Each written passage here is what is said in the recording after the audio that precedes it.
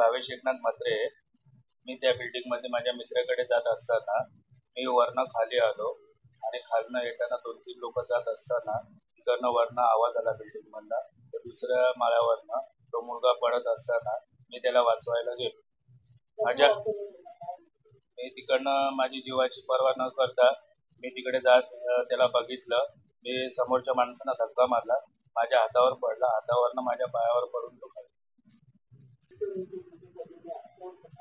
माझ्या हातामध्ये तो माझ्या हाताला माझ्या पहिला तो ठेवला, मग नंतर माझ्या तो हल्लूच हातावरनं पायावरती थोडा सुलोनी पडला.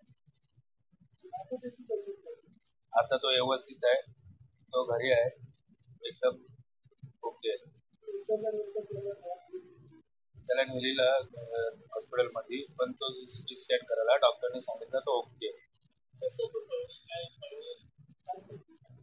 ते मला माहिती नाही. तो वरनं मला आवाज आला, त्याच्यासाठी मी धावत गेलो. समोर मला तो दिसत असताना मी त्याला पकडलं.